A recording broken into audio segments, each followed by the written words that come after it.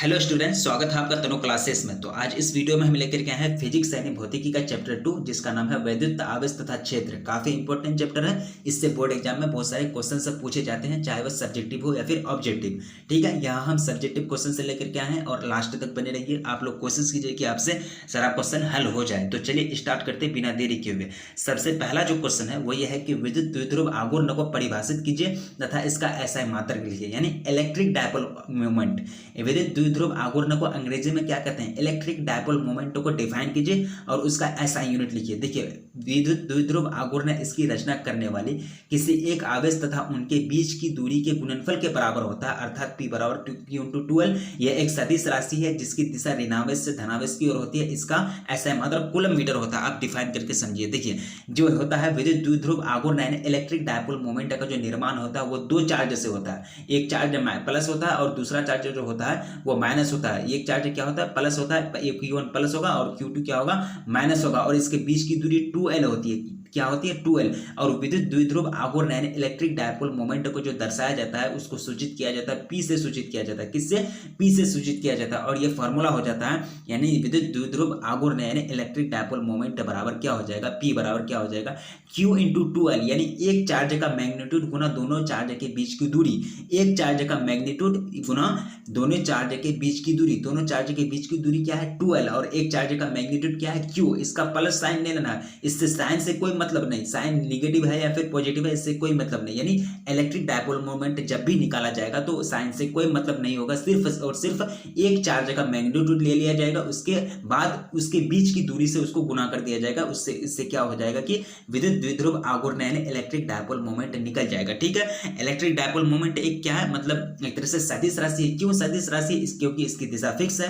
ये ऋणावेश से धनावेश की ओर जाती है। ये दिशा फिक्स है, ये ऋणावेश से धनावेश की ओर जाती है। और ये फिजिक्स में जिसकी दिशा फिक्स होती है, जिसका दिशा डायरेक्शन फिक्स होता है, उसको क्या कहते हैं? सदिश राशि कहते हैं। और इसका एसआई मात्रक क्या हो जाएगा? Coulomb metre. यानी अब देखिए एसआई मात्रक कूलम मीटर कैसे निकला? P बराबर होता है Q/2L। Q/2L। ठीक है, ये Q क्या है? चार्ज है। चार्ज का एसआई मात्रक क्या है? कूलम। और 2L जो है ये लंबाई है। लंबाई का एसआई मात्रक क्या है? मीटर। जब आप एसआई मात्रक निकालेंगे, इसका भी एसआई मात्रक निकालेंगे तो इसका भी एसआई मात्रक ही बैठाना पड़ेगा, इसका भी एसआई मात्रक बैठाना पड़ेगा। तो P बराबर यानी इलेक्ट्रिक डायपोल मोमेंट का एसआई मात्रक क्या हो गया? कूलम हो गया गुना मीटर। यानी Q के बदले चार्ज का जो एसआई मात्रक होता है कूलम हो जाता है। उसके बाद क्या हो जाता है? लंबाई का जो एसआई मात्रक हो जाता है वो मीटर हो जाता है। तो जैसे इससे क्या होता है कि कूलम मीटर, यानी इलेक्ट्रिक डायपोल मोमेंट का जो एसआई यूनिट होगा वो कूलम मीटर होगा। पहला क्वेश्चन कवर हो गया।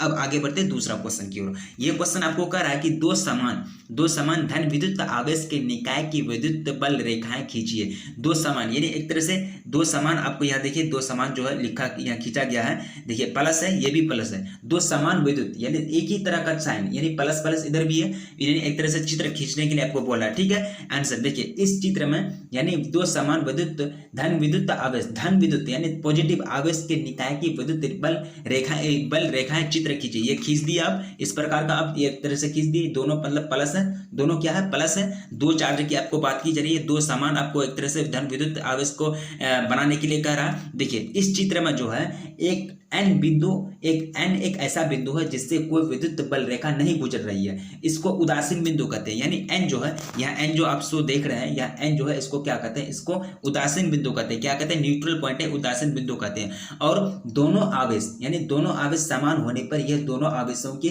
ठीक मध्य होता है। जब दोनों आवेश क्या होगा? समान होगा, यानी मैग्नीट्यूड दोनों का सेम होगा। ये भी प्लस है, ये भी प्लस है।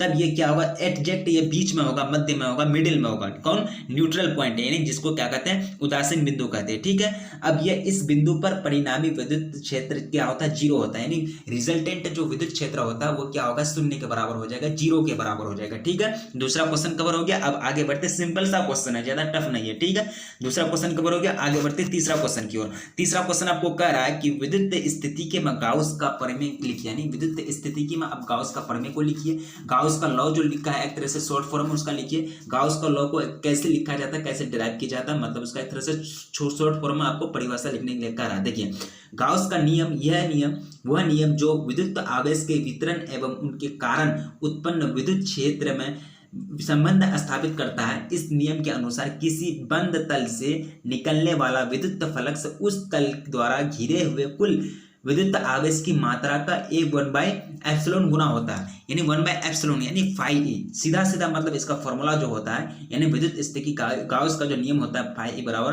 1/ε गुना क्या हो जाएगा क्यू, गुना क्यू। ये फॉर्मूला के अनुसार, किसके अनुसार, यानी विद्युत स्थिति की में गाउस का नियम के अनुसार। यानी गाउस का नियम क्या करा, यह एक ऐसा नियम है जो विद्युत आवेश के वितरण एवं उनके कारण, विद्युत आवेश का वितरण एवं उनके कारण विद्युत क्षेत्र में संबंध स्थापित करता है, यानी रिलेशन स्थापित करता है इस नियम के अनुसार। यह मेन पॉइंट है, इस नियम के अनुसार अकॉर्डिंग टू गाउस रूल्स, इस नियम के अनुसार किसी बंद तल से निकलने वाला विद्युत फ्लक्स, किसी बंद तल से निकलने वाला विद्युत फ्लक्स उस बंद द्वारा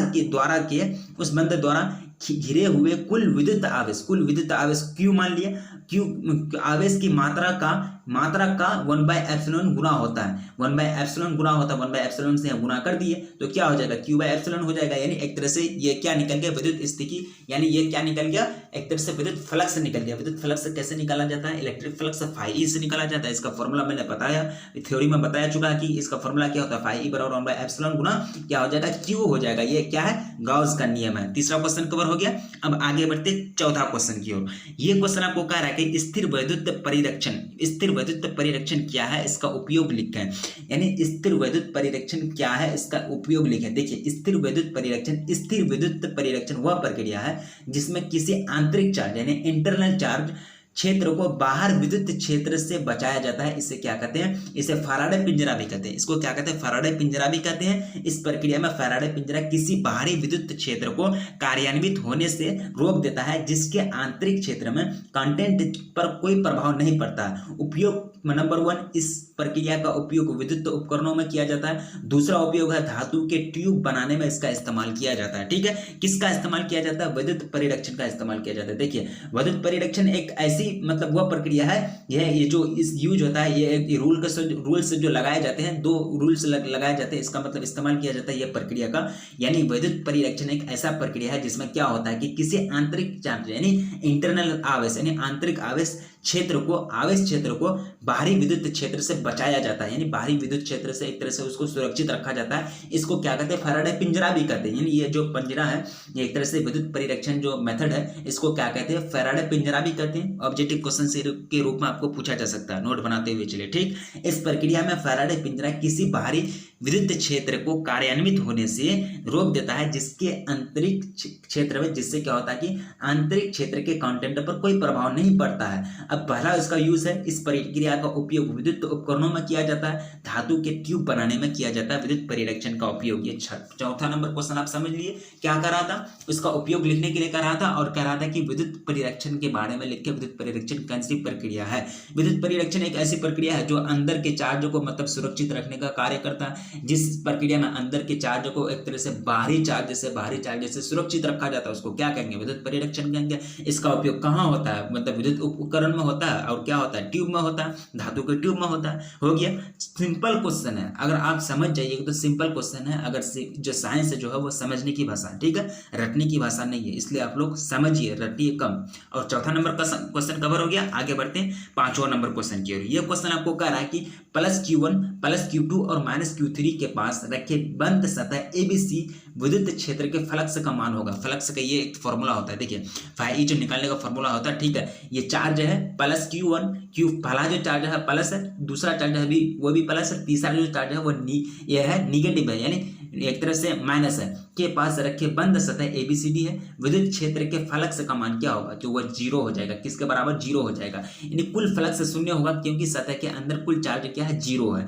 अब ये क्वेश्चन कवर हो गया। 5वां नंबर क्वेश्चन खूब सिंपल है, लेकिन इसको एक तरह से थ्योरी में बताया गया है, विद्युत फ्लक्स कैसे निकाले जाते हैं इस एक तरह से ड्राइव करके बताना पड़ेगा। ठीक है, 5वां नंबर क्वेश्चन कवर हो गया। यहाँ अगर इसको ड्राइव करेंगे तो फिर बहुत ज्यादा टाइम लग जाएगा। हम आगे बढ़ते हैं 6ठा नंबर क्वेश्चन की ओर। 6ठा नंबर क्वेश्चन कह रहा है कि वायुमंडलीय वैद्युत उदासीन, यानी वायुमंडल वैद्युत उदासीन नहीं होता है, समझाइए। यानी वायुमंडल जो होता है वैद्युत उदासीन नहीं होता, समझाइए कैसे ना होता। देखिए वायुमंडल वैद्युत उदासीन, जिसमें वायुमंडल में उपस्थित विद्युत आवेश के बारे में अध्ययन करते हैं। वायुमंडल वैद्युत उदासीन, जिसमें वायुमंडल में उपस्थित विद्युत आवेश के बारे में क्या करते हैं, स्टडी करते हैं, अध्ययन करते हैं। पृथ्वी की सतह, वायुमंडल तथा एनोस्फीयर के बीच आवेशों की गति को ग्लोबल एटमॉस्फेरिक इलेक्ट्रिकल सर्किट से जानते हैं।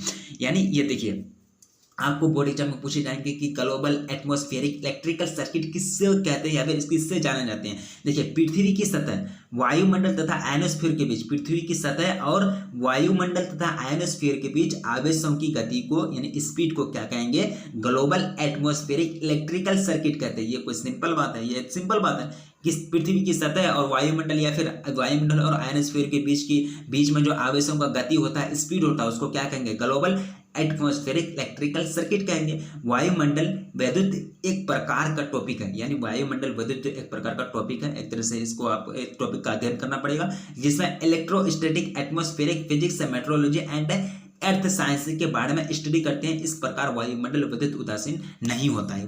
वायुमंडल जो होता है, वायुमंडल विद्युत उदासीन कैसे हो सकता है? यहाँ तो आवेशों का गति कर रहा, यहाँ आवेश क्या कर रहा है, पृथ्वी की सतह से वायुमंडल तक और आयनोस्फीयर तक क्या करता है, आवेश मतलब गति कर रहा है। यहाँ ग्लोबल एटमॉस्फेरिक इलेक्ट्रिकल सर्किट निर्माण हो रहा है, यानी ग्लोबल एटमॉस्फेरिक इलेक्ट्रिकल सर्किट एक तरह से मतलब काम कर रहा है किस किस के बीच, पृथ्वी की सतह से मतलब आयनोस्फीयर और वायुमंडल के बीच। तो यह कैसे हो सकता है? ये तो बिल्कुल मुमकिन ही नहीं है कि वायुमंडल जो है वो विद्युत उदासीन होता है। इस प्रकार हम कह सकते हैं कि वायुमंडल विद्युत उदासीन नहीं होता, ठीक है। लेकिन यहाँ एक पॉइंट है कि वायुमंडल विद्युत इस प्रकार का टॉपिक है जिसमें electrostatic, atmospheric physics, metrology and earth science के बारे में स्टडी करते हैं। छठा क्वेश्चन कवर हो गया। अब आगे बढ़ते हैं। ये क्वेश्चन बिल्कुल सिंपल है, बिल्कुल क्या है, सिंपल है। सिर्फ समझिए और नोट बनाते हुए चलिए और एक दो बार उसको पढ़ लीजिए, ध्यान से समझ लीजिए, आपको दोबारा देखने की जरूरत नहीं, ठीक है। अब सातवां क्वेश्चन आपको कह रहा है कि विद्युत फ्लक्सों को परिभाषित करें। इसका एसआई मात्रक को लिखे, यानी इलेक्ट्रिक फ्लक्स यानी विद्युत फ्लक्स को आप एक तरह से कीजिए, ड्राइव कीजिए, एसआई मात्रक लिखिए उसका। देखिए, किसी सतह के हर बिंदु पर विद्युत तीव्रता परिभाषित होती है। तीव्रता परिभाषित हो तो सतह के अभिलंब क्षेत्रफल सदिश के साथ तीव्रता सदिश का आपस गुणनफल ही विद्युत फ्लक्स कहलाता है। यानी विद्युत फ्लक्स यानी किसी भी क्षेत्र में विद्युत फ्लक्स किसको कहते हैं, किसी भी क्षेत्र में एक तरह से विद्युत रेखा, विद्युत यानी जो होता है विद्युत क्षेत्र की रेखा को मतलब संख्या को दर्शाता है। यानी विद्युत जो फ्लक्स होता है, विद्युत फ्लक्स वो किसी भी क्षेत्र में विद्युत रेखा को दर्शाता है, विद्युत क्षेत्र की रेखा को दर्शाता है, विद्युत क्षेत्र रेखाएं को दर्शाता है कि कितना मतलब जितना रेखा होगा उतना ज्यादा मजबूत होगा। ये उसी को कहते हैं विद्युत फ्लक्स। यानी विद्युत फ्लक्स को परिभाषित कीजिए, जिसका ऐसा यूनिट भी लिखिए। किसी सतह के हर बिंदु पर विद्युत तीव्रता परिभाषित हो तो सतह के अभिलंब क्षेत्रफल सदिश के साथ तीव्रता सदिश का आपस गुणनफल ही विद्युत फ्लक्स कहलाता है। विद्युत फ्लक्स का ऐसा मात्रक होता है, विद्युत फ्लक्स का ऐसा मात्रक गुना क्षेत्रफल का ऐसा मात्रक, यानी विद्युत क्षेत्रफल यानी विद्युत क्षेत्र का ऐसा मात्रक गुना क्या हो जाएगा, क्षेत्रफल का ऐसा मात्रक बराबर क्या हो जाएगा, वोल्टमीटर हो जाएगा। ये वोल्टमीटर क्या है, विद्युत फ्लक्स का ऐसा मात्रक है। सातवां क्वेश्चन था, 7 के साथ इंपॉर्टेंट है। यहाँ टोटल 7 क्वेश्चन कवर किए, ठीक है। 7 के साथ इंपॉर्टेंट है, छोटा टॉपिक है, छोटा चैप्टर है, इसलिए 7 क्वेश्चन कवर किया। आगे फिर हम क्वेश्चन से लेकर के आएंगे, सब्जेक्टिव ऑब्जेक्टिव क्वेश्चन से इस पर लेके ही आएंगे और काफी इंपॉर्टेंट है। 7 के 7 क्वेश्चन से काफी इंपॉर्टेंट है, इसी टाइप के आपको बोर्ड एग्जाम में पूछे जाते हैं, इसलिए आप लोग इग्नोर नहीं कीजिए, नोट बना लीजिए। तो मिलेंगे फिर नेक्स्ट वीडियो में, तब तक के लिए जय।